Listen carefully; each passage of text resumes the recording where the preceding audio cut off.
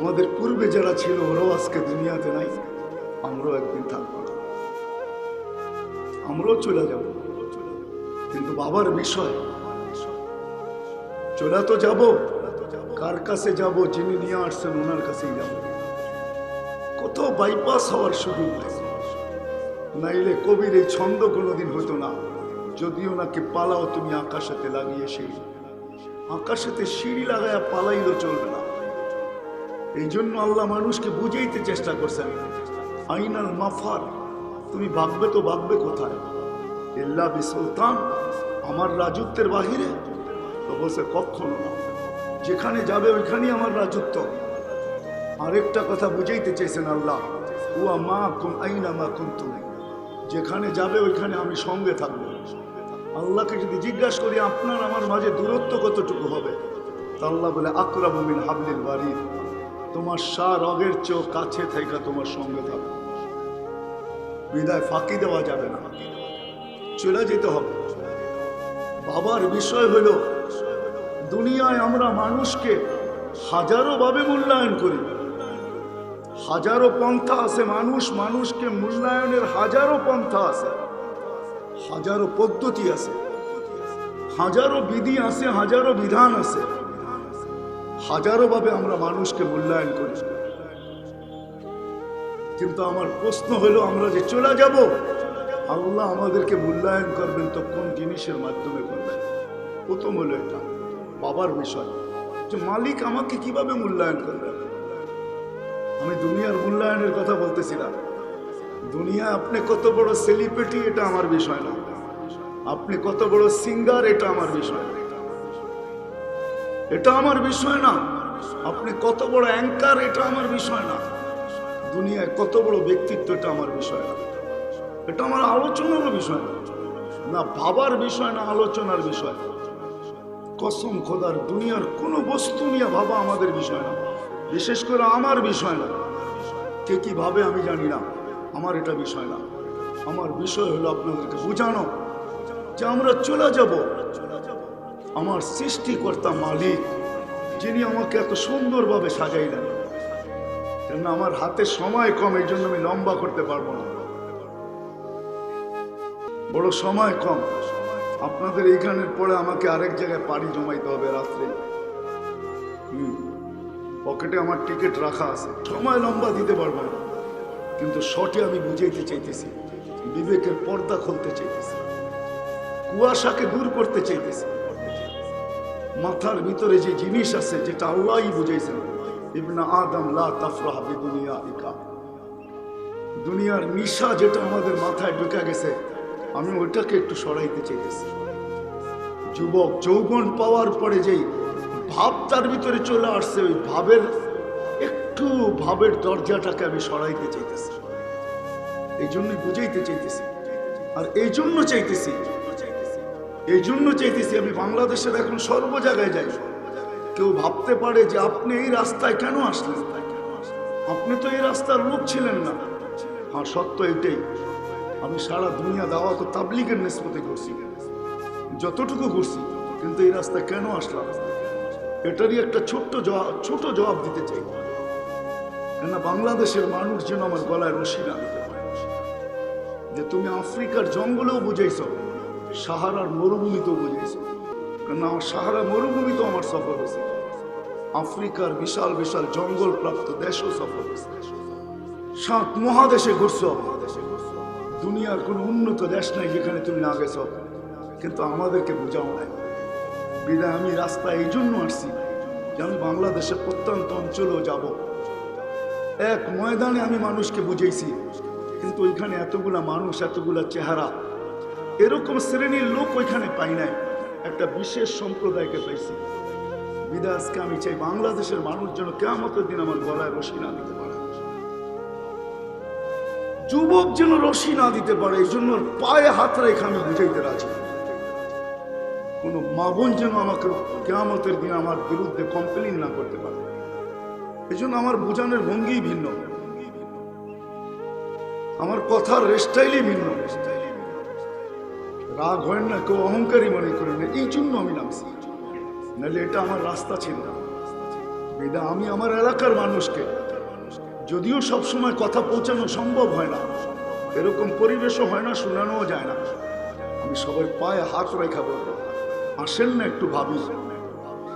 জি আল্লাহ আমাদেরকে নিয়ে আসলেন, এত সুন্দর করে সাজাইলেন, এত সুন্দর করে সাজাইলেন। আমি তো মাঝে মাঝে বলি, মানুষের চেয়ে আল্লাহর বড় কোনো ম্যাজিক নাই। আল্লাহ ম্যাজিশিয়ান। আল্লাহ সবচেয়ে বড় ম্যাজিক হইলা যুবক তুমি। মা বোনদেরকে বলবো, নারী তুমি, মা বোন তুমি, তোমার মতো আল্লাহর বড় ম্যাজিক নাই। মানুষের চেয়ে আল্লাহর বড় কোনো ম্যাজিক নাই। আকাশ বড় ম্যাজিক না, যদিও বিজ্ঞান সৌরজগতে ঘুরতে ঘুরতে মাতাল হয়ে গেছে, কোনো কুল কিনারা পায় না, ভাবে আল্লাহ এটা বানায় রাখছেন তো রাখছেন কি। আমি ছোট একটা উদাহরণ দিতেছি, ছোট উদাহরণ দিতেছি। বিজ্ঞানের সৌরজগৎ শুরু হয় ছায়াপথ থেকে, আর আমাদের দুনিয়াটা যে ছায়াপথে আছে এটা সৌরজগতের সবচেয়ে ছোট ছায়াপথ। এর চেয়ে কোনো ছোট ছায়াপথ সৌরজগতে নেই। বিজ্ঞান বলতেছে এতটুকু ছোট যে যান্ত্রিক জিনিস যদি বানানো হয় একটা সেকেন্ডে 3 লক্ষ কিলোমিটার চলবে। তারপরও আমাদের এই ছোট ছায়াপথের এক মাথা থেকে আরেক মাথায় যেতে 1 লক্ষ আলোক বর্ষ লাগবে। আর সৌরজগতের সবচেয়ে বড় জিনিস যেটা বিজ্ঞানের কাছে, ওটা হলো সুপার ক্লাস্টার, যেটাকে আমরা মহাদেশ বলতে পারি, যার ভিতরে ছায়াপথের পরে হয় ইউনিয়ন। যে ইউনিয়নে আমরা বাস করি সৌরজগতের, ওইখানে 47,000 ছায়াপথ আছে, 47,000। আমাদের ছায়াপথের ভিতরে একটা সূর্য না, 30 কোটি সূর্য আছে, 30 কোটি। আপনাদের বিজ্ঞানকে জিজ্ঞাসা করেন। আমি কোরআন বলতেছি, আমি বিজ্ঞান বলতেছি। কোরআন বললে বুঝে আসবে না, আর আমি বিজ্ঞান পড়াইতেও বসি না,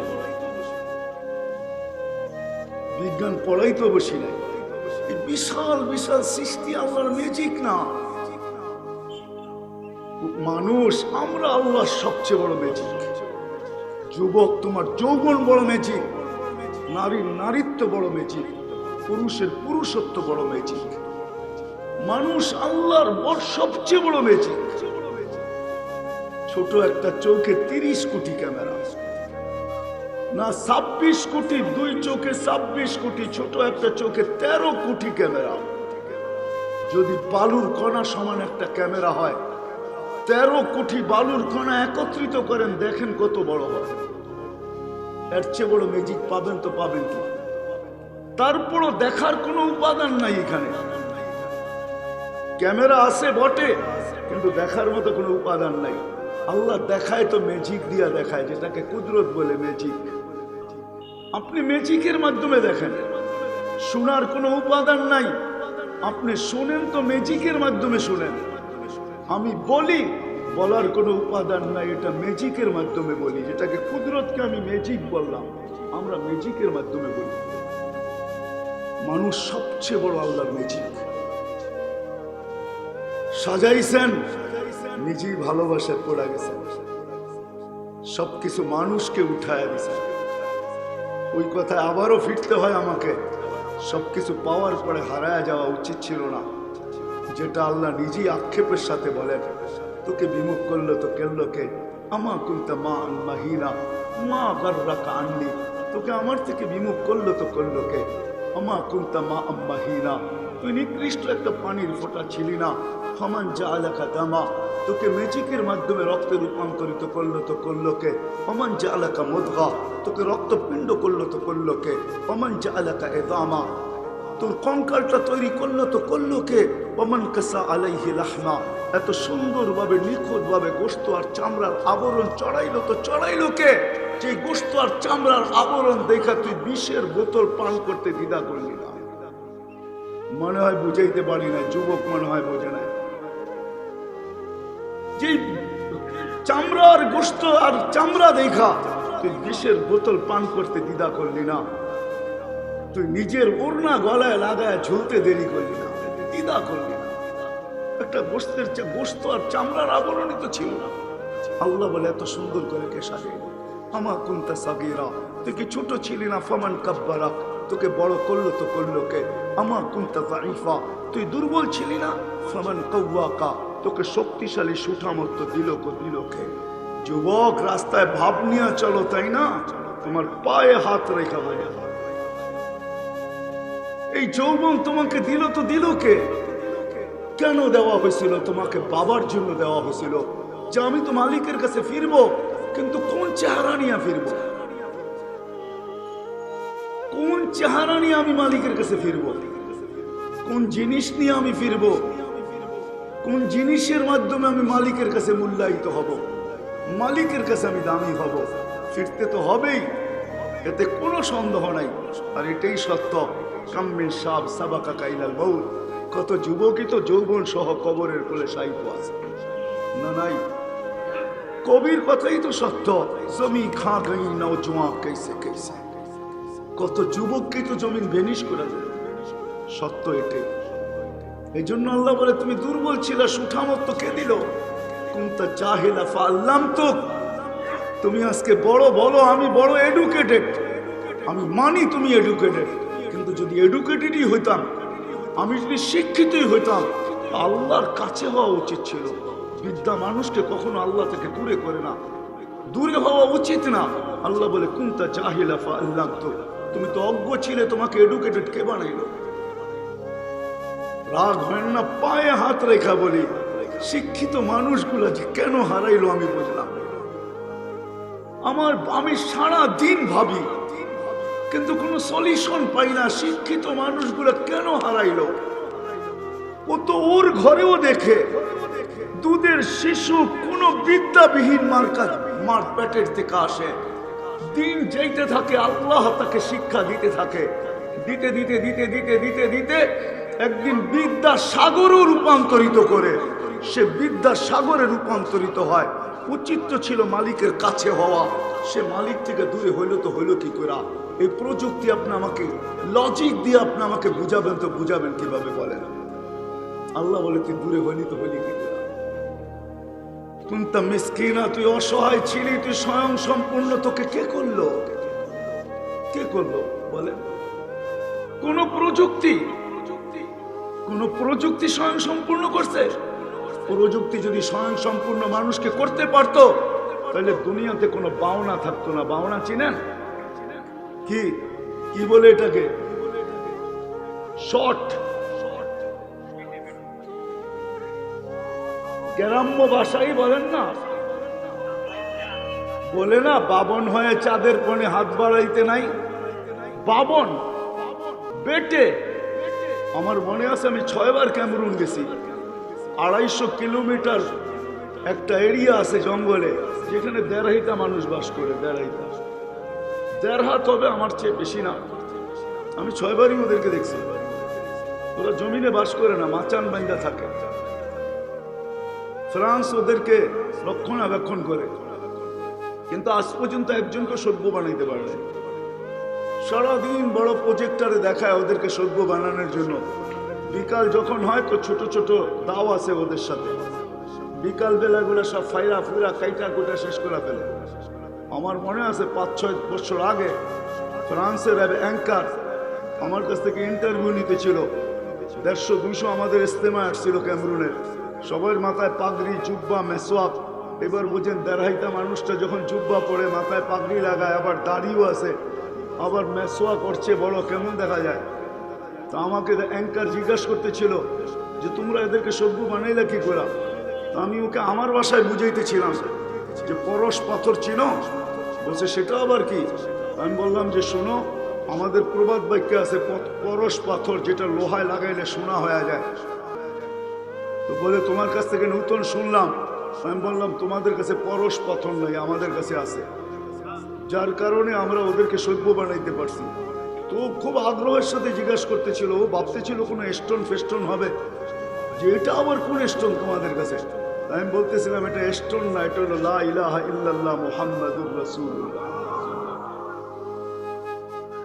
লা ইলাহা ইল্লাল্লাহ মুহাম্মাদুর রাসূলুল্লাহ।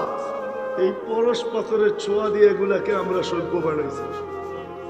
ও হাসতে হাসতে উঠে চলে গেছে। ওর তো লা ইলাহা ইল্লাল্লাহ মুহাম্মাদুর রাসূলুল্লাহ বোঝে না। ওর যতটুকু শোনার দরকার ছিল আমার কাছ থেকে শুনে চলে গেছে, বাকি আগে কি করছে আমার জানা নেই।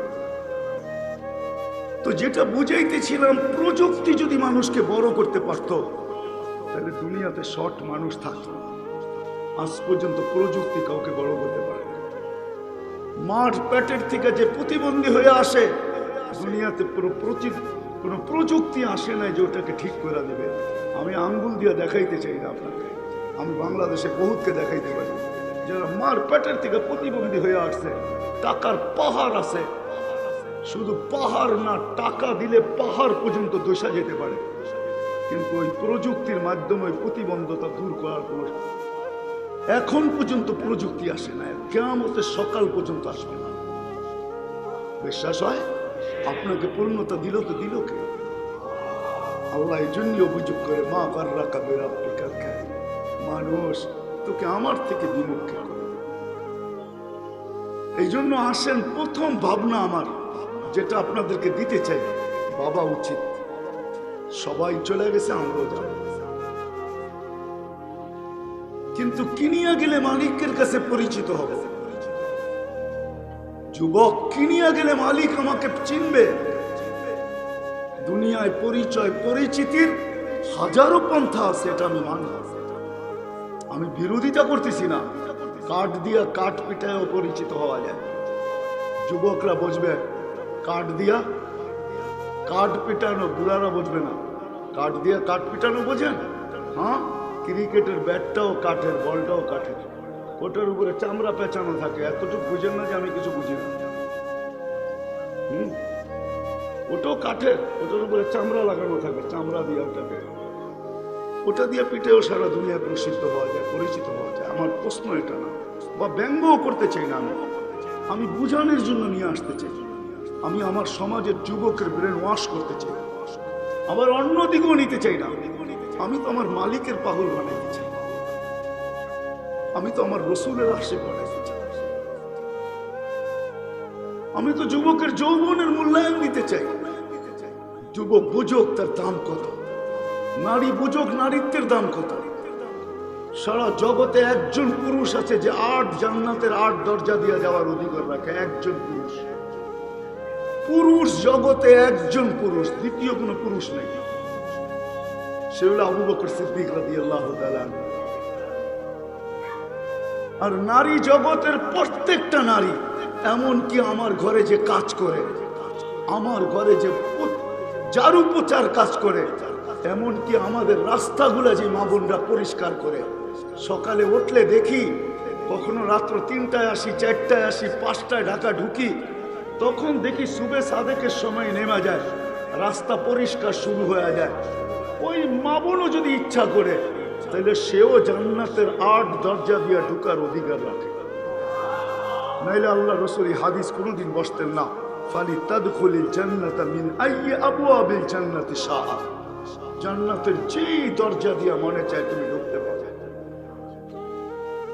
আমার প্রথম প্রশ্ন যে চলে তো যেতে হবে, কিন্তু আল্লাহর কাছে কি নিয়ে যাবে?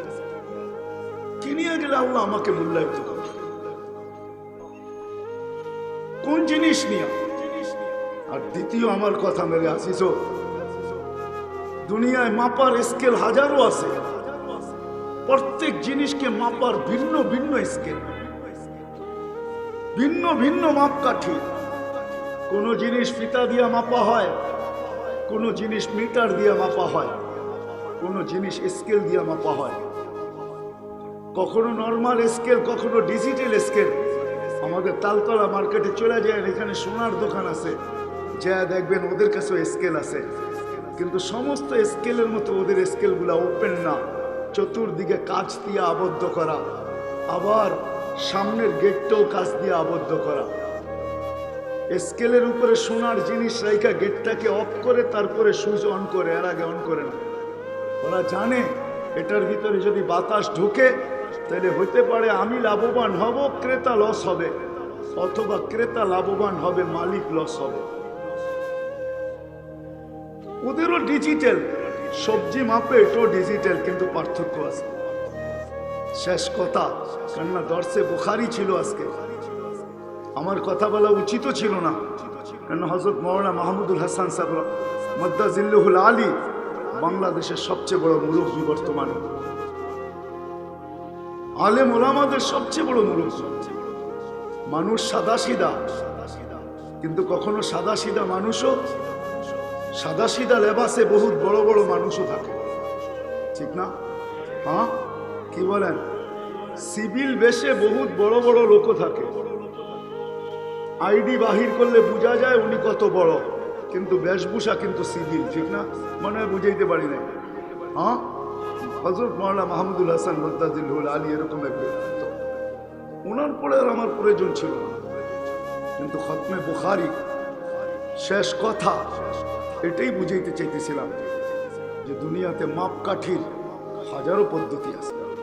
কসম খোদার এটাই সত্য, আপনি আর আমি যে সোসাইটিতে বাস করি না কেন, যতটুকুই দুনিয়ার পজিশন থাকুক না কেন, উপর থেকে উপর পজিশন হইতে পারে, সারা দুনিয়া আপনি আর আমি একক ব্যক্তিত্বের মালিকও হইতে পারে, কিন্তু যে আল্লাহ আপনাকে আমাকে অস্তিত্ব দিয়েছেন, যে আল্লাহ আপনাকে আমাকে সাজাইছেন, ওই আল্লাহর কাছে মাপকাঠি একটাই, দ্বিতীয় কোনো মাপকাঠি নাই।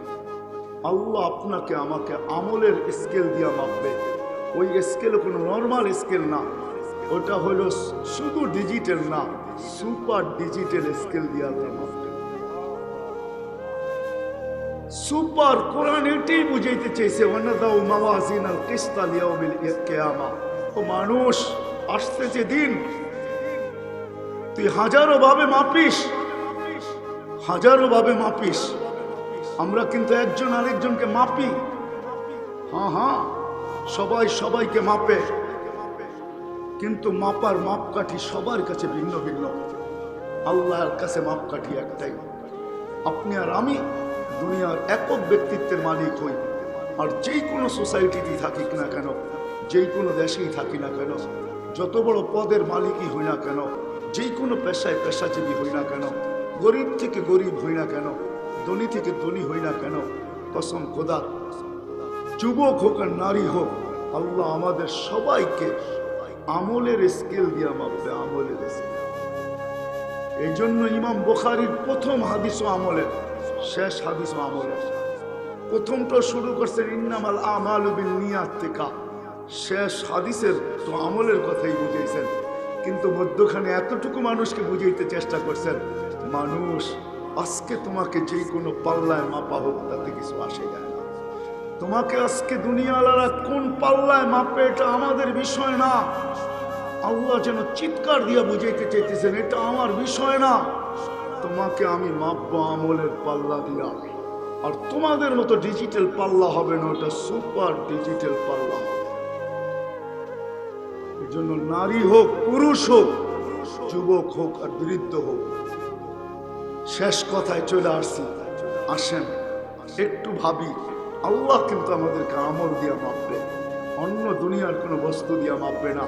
দুই একটা উদাহরণ দিলেই বুঝে আসবে।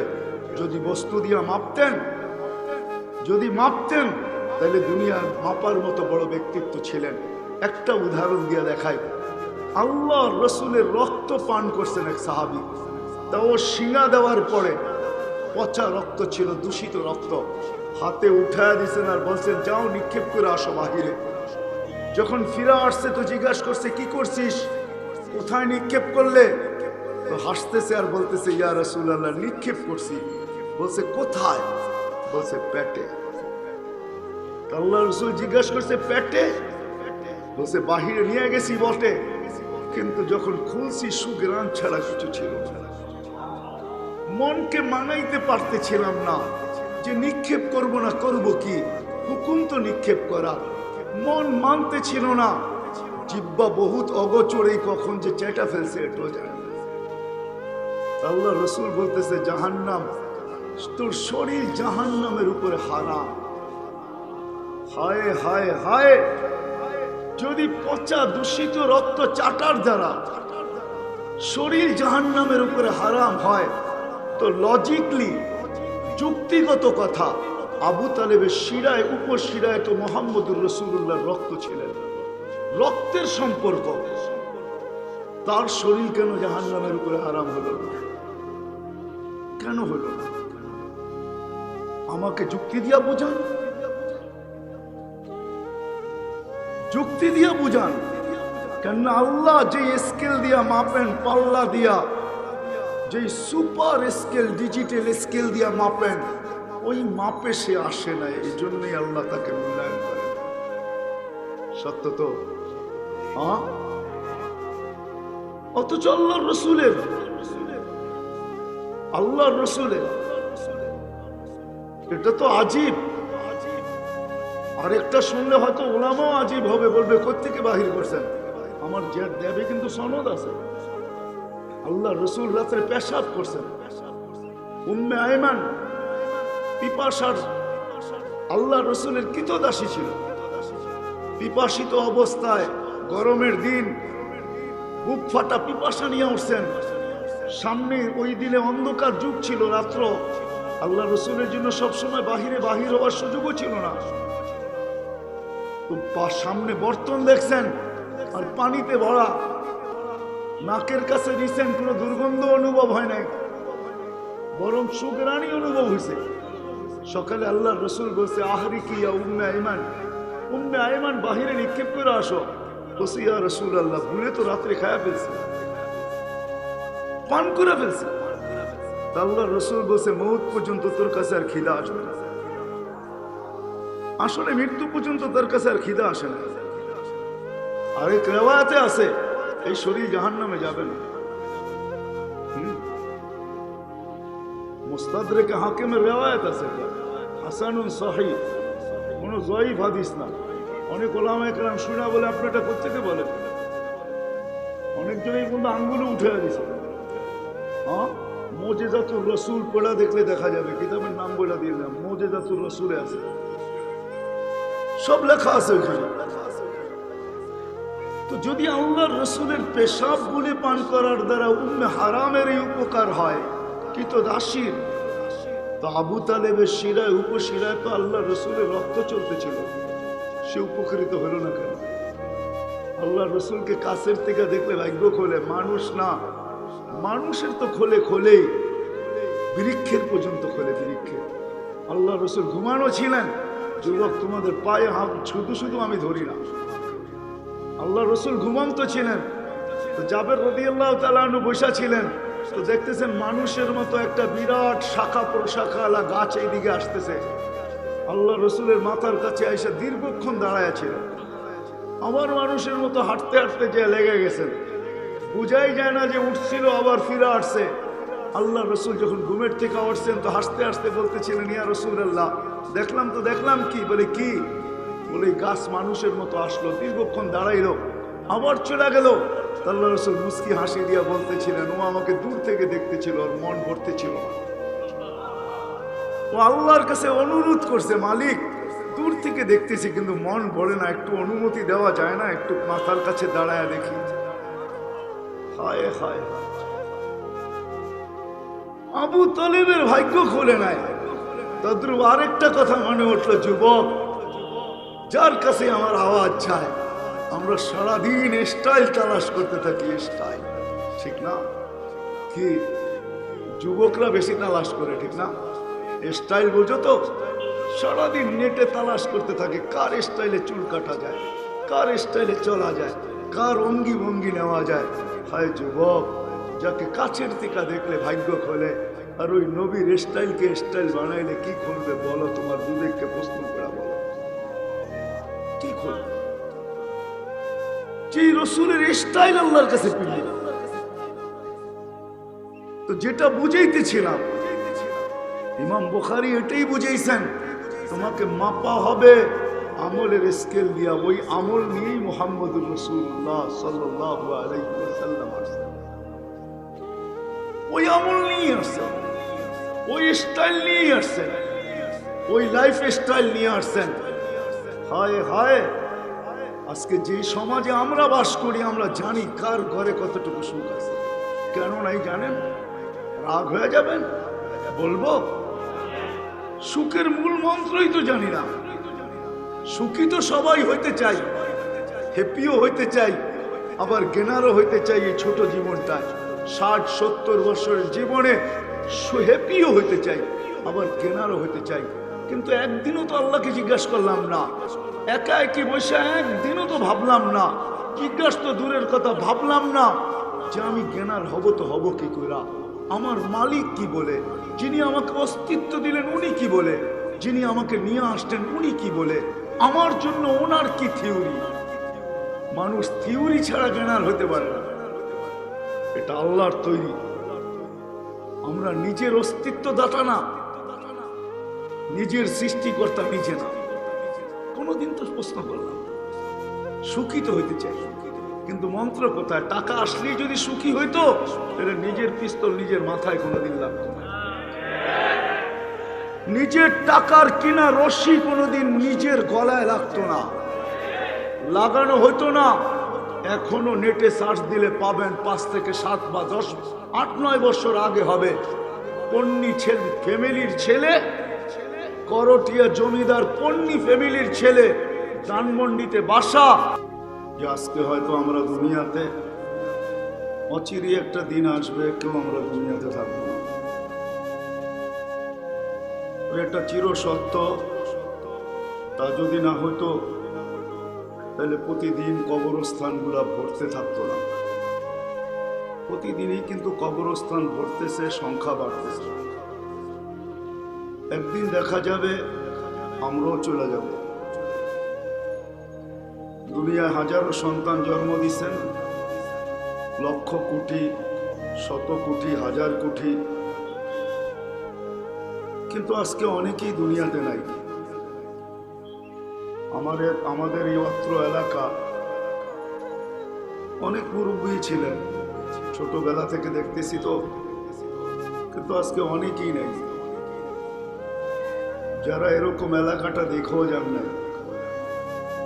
আমাদের এলাকাটা বড় সুন্দর, রোডগুলা সুন্দর, ঘাটগুলা সুন্দর, লাইটিং শাইটিং সব কিছু সুন্দর, কিন্তু অনেকেই চলে গেছে। এরকম একদিন আমরাও চলে যাব।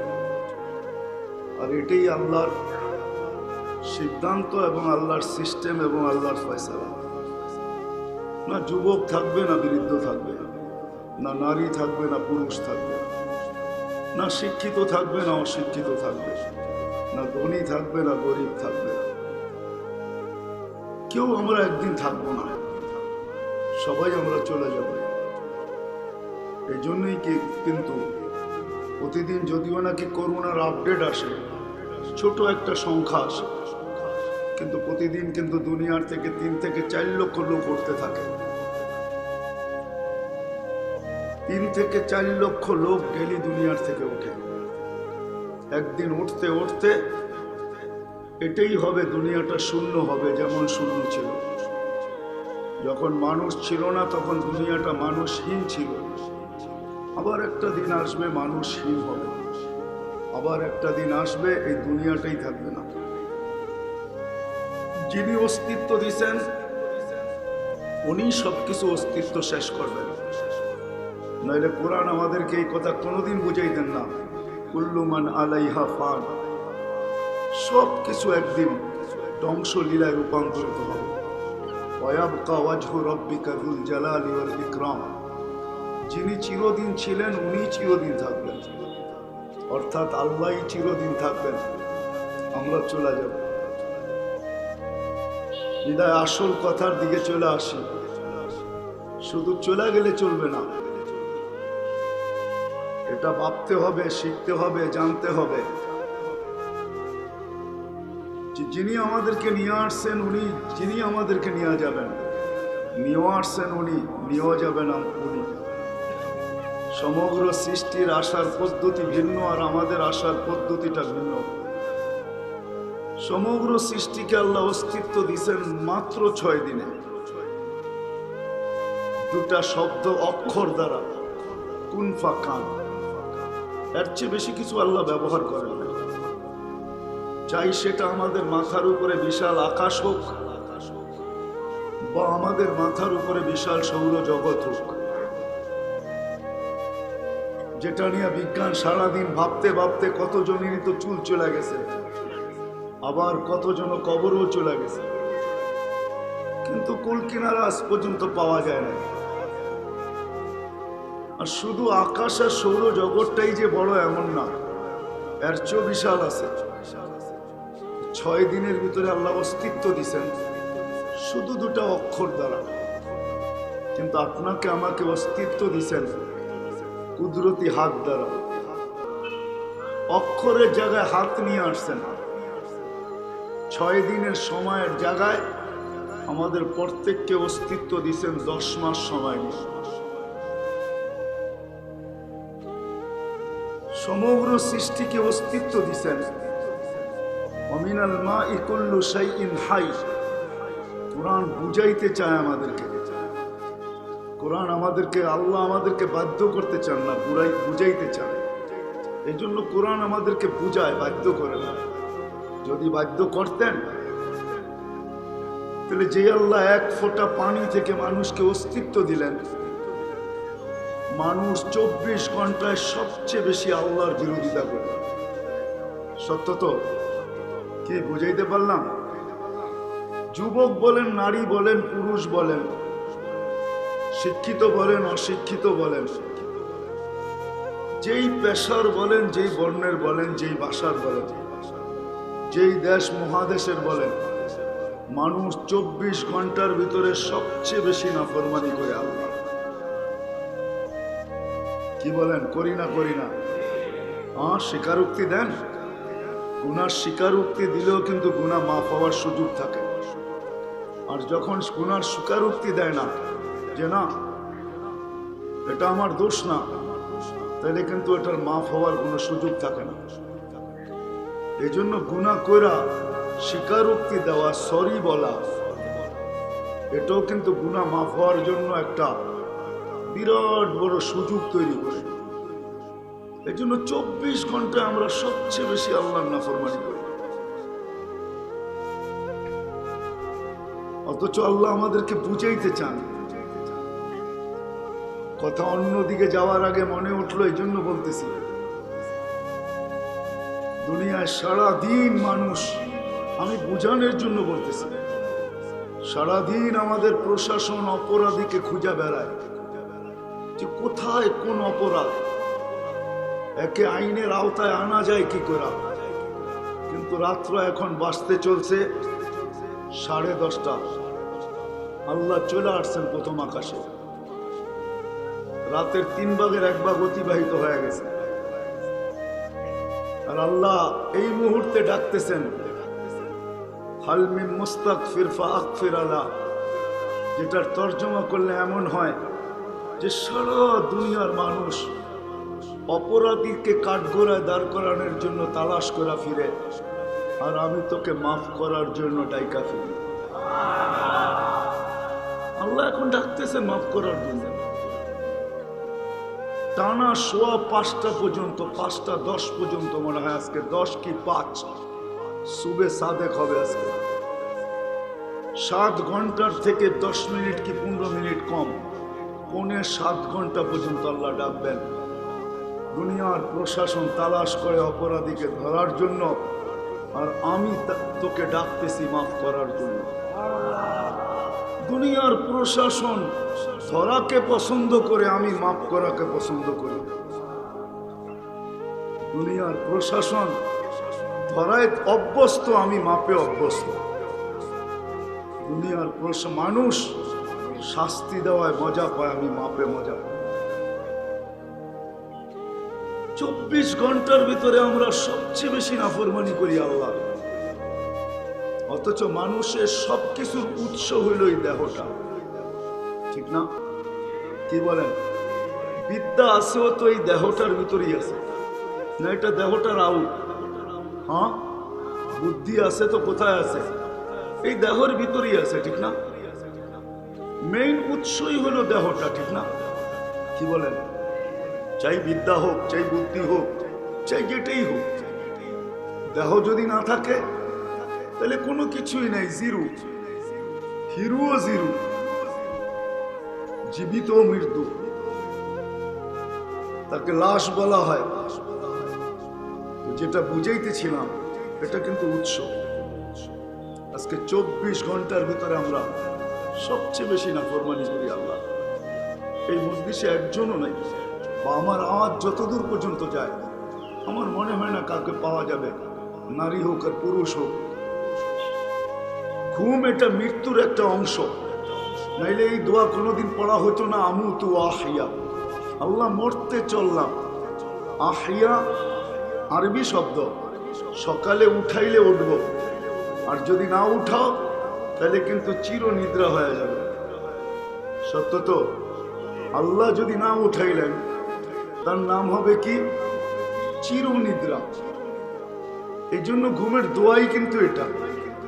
আমি আমার মহল্লাবাসী নারী পুরুষ নির্বিশেষে প্রশ্ন রাখতে চাই, কয়জন হবে এখানে? আমার বিশ্বাস একজনও হবে না, না যুবক না বৃদ্ধ না ঘরের অন্তরালে মা বোন। 24 ঘন্টার ভিতরে বেশি সময় তো আল্লাহর নাফরমানি করে, কিন্তু অস্তিত্বটা কিন্তু আল্লাহ, সুস্থতা কিন্তু আল্লাহ, দৃষ্টিশক্তি আল্লাহ, শ্রবণ শক্তি আল্লাহ। মেরে আজিজো, ডেলি 550 লিটার অক্সিজেন ব্যবহার করি আমরা আল্লাহ। জিজ্ঞাসা করেন আপনাদের বিজ্ঞানকে, 550 লিটার অক্সিজেন ব্যবহার করি। আমি শুনানোর জন্য না, কোনো বিরোধিতার জন্য না, বুঝানোর জন্য। 550 লিটার অক্সিজেন ব্যবহার করি। 550 লিটার। কয় টাকা পে করি বলেন? মাসে কয় টাকা পে করেন? হ্যাঁ, জিজ্ঞাসা করেন না হাসপাতালে যে 1 লিটার অক্সিজেনের দাম কত? সিলিন্ডারের ভিতরে যে অক্সিজেন আছে, জিজ্ঞাসা করেন 1 লিটারের দাম কত? 6 লিটারওয়ালা কত দাম? জিজ্ঞাসা করেন। এ কোয়ালিটির অক্সিজেন না ওটা, কেন ওই বোতলজাত অক্সিজেন তৈরি হয় আমাদের এই বাতাস থেকে। এটার ভিতরে অন্য কিছু নাই, আমাদের বাতাস থেকে তৈরি হয়। ওটা এ কোয়ালিটির অক্সিজেন না, যদিও মানুষ ওটা দিয়ে বেঁচে থাকে, কিন্তু পিওর অক্সিজেন যেটা আমরা নিতেছি। জিজ্ঞাসা করেন 550 লিটারের দাম কত হয়? বিদায় 24 ঘন্টায় সবচেয়ে বেশি নাফরমানি করি আল্লাহ। রাস্তা দিয়ে যখন হাঁটি তখন মাঝে মাঝে ভিতর থেকে কান্না আসে। যুবকদেরকে যখন দেখি তো কান্না আসে। যুবক, যৌবন পাওয়ার পরে তো উচিত ছিল তোর আল্লাহর কাছে হওয়া, যে মালিক কত বড় রত্ন তুই আমাকে দিলি। যার যৌবন নাই ওকে জিজ্ঞাসা করেন যৌবন কত বড় জিনিস। লাউড স্পিকার বাহিরেরও খোলা আছে, নাহলে ভাঙ্গা চুরা বলতাম। যৌবন পাওয়ার পরে আল্লাহর কাছে আসা উচিত ছিল। বিদ্যানের বিদ্যা পাওয়ার পরে আল্লাহর কাছে আসা উচিত ছিল। পদালা পথ পাওয়ার পরে আল্লাহর পায়ে পড়া উচিত ছিল। প্রত্যেক ব্যক্তি যা কিছু পাইছি পাওয়ার পরে আল্লাহর কাছে আসা উচিত ছিল। যেন আল্লাহ একটা চিত্র তুলে ধরছেন কোন এক জায়গায়, যখন মানুষ আল্লাহর থেকে বিমুখ হয়, নাহলে কোরআন এই চিৎকার কোনোদিন দিত না। ইয়া আইয়ুহাল ইনসান মা গাররাকা বিরাব্বিকাল কারীম। ও মানুষ, আল্লাহ যেন ফরিয়াদ করতেছেন, ফরিয়াদ। কোরআন যেন আবেগময় শব্দ দিয়া আর্তনাদ করতেছেন। ও মানুষ, তুই বিমুখ হলি তো হলি কি করে? সব সৃষ্টি যদি বিমুখ হয়ে যেত করার কিচ্ছু ছিল না, কোনো আফসোস ছিল না। মানুষ তুই বিমুখ হলি কি করে? সবাইকে তো 200 অক্ষর দিয়ে অস্তিত্ব দিছি, তোকে তো কুদরতি হাত দিয়ে অস্তিত্ব দিলাম। তুই বিমুখ হলি তো হলি কি করে? কাউকে তো আমি তোর মতো সাজাই নাই, মানুষের মতো আল্লাহ কোন সৃষ্টিকে সাজান নাই। হায় হায়, সত্য এটাই। সাজাইতে সাজাইতে সাজাইতে সাজাইতে সাজাইলেন নিচে। যদি ওলামায়ে কেরাম কিছু মনে না করেন তো আমি শব্দ ব্যবহার করতে পারি, ভালোবাসায় পড়লেনও নিজে। এমন সাজাইলেন যে মানুষের ভালোবাসায় পড়লেন। আল্লাহ নিজে আমাদের ভালোবাসায় পড়ে গেছেন। নাইলে আল্লাহ এই কথা কোনোদিন বলতেন না, ইন্নী লাকা মুহিব্বা, মানুষ তোকে আমি ভালোবাসি। যদি জিজ্ঞাসা করি মালিক কতটুকু বাসেন, তা আল্লাহ প্রতি উত্তর দিছে, সারা দুনিয়ার মাদের মমতা এক জায়গায় নিয়ে আস, সারা মাদের মমতা এক জায়গায় নিয়ে আস, যতটুক না হবে এর চেয়ে 70 গুণ আমি প্রত্যেক বন্দাকে ভালোবাসি। এই হাদিস কোনদিন আসতো না। সাজাইলেন, আবার নিজেই ভালোবাসায় পড়লেন, আবার ভালোবাসার মাত্রাও বললেন কতটুকু ভালোবাসি। আর এই ভালোবাসা যদি আমাদের সাথে না হইতো, তাহলে মানব রীতিনীতিতেই যদি আল্লাহ হইতেন, তাহলে আমাদেরকে এক কদম চলতে দিতেন না। এই জন্য কোনো জায়গায় আল্লাহ নিজেই বুঝেছেন, শুনো, লাউ আমারতুল আরদা লাবতালা আতকাফি বাতনিহা, আমি জমিনকে হুকুম দিতে দেরি, তোমার অট্টালিকা সহ পেটে নিতে দেরি করবে না। অট্টালিকা সহ পেটে নিবে, পেটে। বুঝে আসে না? বুঝে আসে না? সারা জমিনের ভিতরে যদি আল্লাহ 10 নামায় দেয়, কার পাপের ক্ষমতা আছে এই 10কে থামাবে? কি বলেন, 10 বোঝেন? মনে হয় বোঝেন নাই। হ্যাঁ, আমাদের নিচে তো লেয়ারই আছে, পানির লেয়ার না, নাহলে পানি উঠে কোত্থেকে? পানির লেয়ার আছে। জমিনটাকে যদি পানিটাকে সরায়া দেয়, ওই যেই জায়গাটা পানি ভরা আছে, যেই জায়গাটায় গ্যাসে ভরা আছে, ওটুক 10 নামায় দিলে তো হইলো, আপনার অট্টালিকা কোথায় থাকবে? হায় হায়, মাঝে মাঝে ভাঙ্গন হয় যেই এলাকায়, ওই এলাকায় যায় দেখেন। আমার মনে আছে, বেশি দূরে না, আপনারা গোরদোর চেনেন কিনা জানি না, বিক্রমপুরে লৌহজং গোরদোর যেদিন ভাঙ্গে, ওই দিন আমি ওইখানে ছিলাম। উপজেলা ভবন 6 তলা বিল্ডিং গুলা আমার চোখের সামনে কোথায় যে হারায় গেল, আর খুঁজে পাওয়া গেল না। আল্লাহ বলে, জমিনকে হুকুম দিতে দেরি, তোমার অট্টালিকা সহ তোমাকে পেটে নিতে দেরি করবে না। লাউ আমারতুল বাহরা লাআগরাকাতকা ফি কারিহা, সমুদ্রকে হুকুম দিতে দেরি, তোমাকে তলদেশে নিতে দেরি করবে না। লাউ আমারতুল মালাইকা লাআহলাকাতকা, ফেরেশতাকে হুকুম দিতে দেরি, তোমাদেরকে জায়গাটা জায়গায় সাইজ করতে দেরি করবে না। আর প্রতিটা জিনিস আল্লাহ দুনিয়ার বুকে রাখছেন, করতে থাকেন, দেখতে থাকেন, সবগুলা দুনিয়াতে রাখা আছে, সবগুলার দৃষ্টান্ত দুনিয়াতে রাখা আছে। আল্লাহ কতটুকু ভালোবাসেন। আল্লাহ বলে, আমি হুকুম দেই না। ভালোবাসার আল্লাহ মাত্রা দেখান যে আমি শুধু হুকুম দেই না। তো আরেক জায়গায় আল্লাহ নিজেই বলেন যে আমি হুকুম দিলে নিবে তো দূরের কথা, আলা কুল্লা ইয়াউমিন ওয়াল আরদু তাস্তাযিনু রাব্বা, জমিন প্রতিদিন আমার কানে আমাকে বলে, মালিক অনুমতি দেন না। কি করবে? আন আবতালিয়া ইবনা ফি আদম ফি বাতনি, আমি মানুষকে পেটে নিতে চাই। আল্লাহ জিজ্ঞেস করে, কেন? বলছে 24 ঘন্টা না ফরমান। হায় আমাদের খিলগাঁও, এক সময়ের খিলগাঁও আর আজকের খিলগাঁও, আকাশ জমিন পার্থক্য না? পার্থক্য না? সত্য না? সত্য না? রাগ হয় না?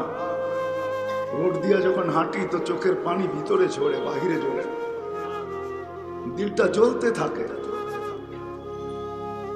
কেননা সবাই ডাকায় একটা শব্দ আছে, সবার সাথে পাঙ্গা নেওয়া যায়, আল্লাহর সাথে নেওয়া যায়। আল্লাহকে নারাজ করা চলে না। আল্লাহকে নারাজ করে কেউ টিকতে পারে না, কেউ টিকতেও না। আল্লাহকে নারাজ করা যায় না। তো যেটা বুঝাইতেছিলাম, আল্লাহ বলে জমিন প্রতিদিন অনুমতি চায়, সমুদ্র চায়, ফেরেশতা চায়, কিন্তু আমি তোমাদের ভালোবাসায় পড়ে গেছি বিদায় আমি প্রত্যেককেও জবাব দিই, ইনকান আবদুকুম ফাশানুকুম বি, বন্দা তোমাদের হলে যার যা মনে চা তা করতে পারো। ইনকান আবদি, যদি বন্দা আমার হয় তা আমি অপেক্ষায় আছি। ইন আতানি লাইলান কাবিলতু, রাত্রে যদি ফিরে আসে তাহলে আমি বুকে জড়ায় নিব, দিনে যদি ফিরে আসে তো আমি বুকে জড়ায় নিব। আল্লাহ আরেক জায়গায় বলে, মান্না দানি তালাক্কাইতুহু মিন বাঈদ। হায় হায়, কিছু লোক পাওয়া যায় আমাদের দেশে, পাওয়া যায় যারা সর্বক্ষেত্রে কাজ করে, এদেরকে ডাকলো বলে আমি ডিউটিতে আছি। হয় আমি যদি তাকে প্রশ্ন করি, আপনি ডিউটিতে আছেন, আমি মানি, কিন্তু কার দেহটা দিয়ে ডিউটিতে আসেন? এই দেহটা কার দেহ? কার? কে দিছে এই দেহটা? ডিউটির উপযুক্ত কে বানাইছে এবং বর্তমানে কে রাখছে? আল্লাহ কি দুর্বল না পারে না? হায় হায়, কিভাবে বুঝাইলে বুঝবো? তা আল্লাহ বলে আমি অনুমতি দেই না, বরং আমি বলি কানা আবদুকুম ফাশানুকুম বি, বান্দা তোমাদের হলে করতে পারো, কিন্তু আমার হলে খবরদার। এই জন্যই আল্লাহ ভালোবাসার খাতিরে ভালো বেশি বাসেন, মহব্বত বেশি করেন। এই জন্যই কিন্তু প্রতিদিন রাত্রে 5 থেকে 6 ঘন্টা 7 ঘন্টা সময় নিয়ে, এটাই ভালোবাসার বিকাশ। যে বন্দা তুই সারাদিন কি করছিস এটা আমার বিষয় না, তুই মরতে চলছিস, ঘুমাইতে চলছিস। আমি কিন্তু চলে আসছি, একজনও পাওয়া যাবে না আমার এলাকায় যে সারাদিন আল্লাহর বিরোধিতা করে, শুধু ঘুমানোর সময় হাত দুটায় উঠায় এই কথা বলে যে মালিক মরতে তো চললাম, সকালে উঠাইলে উঠব, আর যদি না উঠাস তাহলে চিরনিদ্রা হয়ে যাবে। শুনছি তুই নাকি মাফ করার জন্য ডাকিস, আমি সারাদিন তোর ডাকে সাড়া দিতে পারি না। মুয়াজ্জিনের যদিও নাকি আমার কানে আসছে, কিন্তু কর্মব্যস্ততার কারণে আমি সাড়া দিতে পারি না। বড় অপরাধ ছিল মালিক, কিন্তু এখন ঘুমাইতে চলছি, মরতে চলছি, সকালবেলা উঠাইলে উঠব, আর যদি না উঠাস তো চিরনিদ্রা হয়ে যাবে। শুনছি তুই ডাকতেছিস মাফ করার জন্য, বিদায় আমিও হাত উঠায়া দিলাম, মালিক আমি হাত উঠাইলাম, দেখিস যেটাকে তওবা বলে, আমি তওবার জন্য হাত উঠায়া দিলাম। কি বলেন, একজনও কি পাওয়া যাবে আমাদের ভিতরে?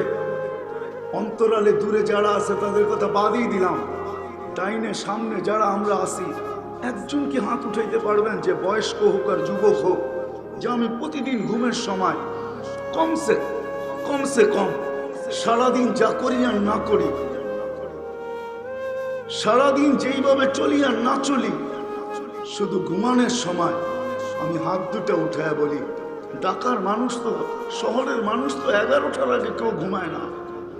বহুত লোক তো এমনও পাওয়া যাবে যে ঘুমায় গেছে কিন্তু টেলিভিশন চালু আছে, সকালে ঘুমের থেকে ওটা নিজের জিহ্বায় নিজে কামড় দিতেছে আর বলতেছে আহা কখন ঘুমায় গেলাম, টেলিভিশনটা তো চালুই হয়ে গেল। কত যুবকও তো পাওয়া যাবে সারা রাত্র নেট ঘাটতে ঘাটতে চোখ কখন বন্ধ হয়ে গেছে, চালু মোবাইল বুকের উপরে পড়ে আছে, সকালবেলা উঠা দেখে চালুই আছে।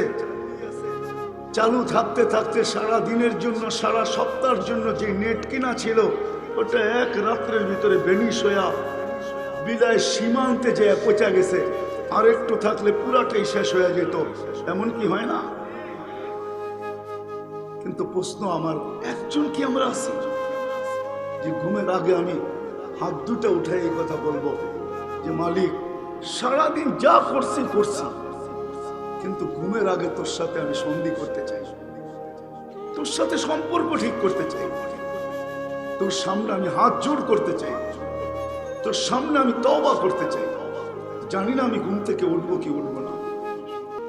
সারা রাত্রে যারা ঘুমায়, শত না হাজারো মানুষ এই দুনিয়ার বুকে পাওয়া যাবে যারা ঘুমের ঘরে চলে গেছে, ঘরের লোকও জানে না সে চলে গেছে।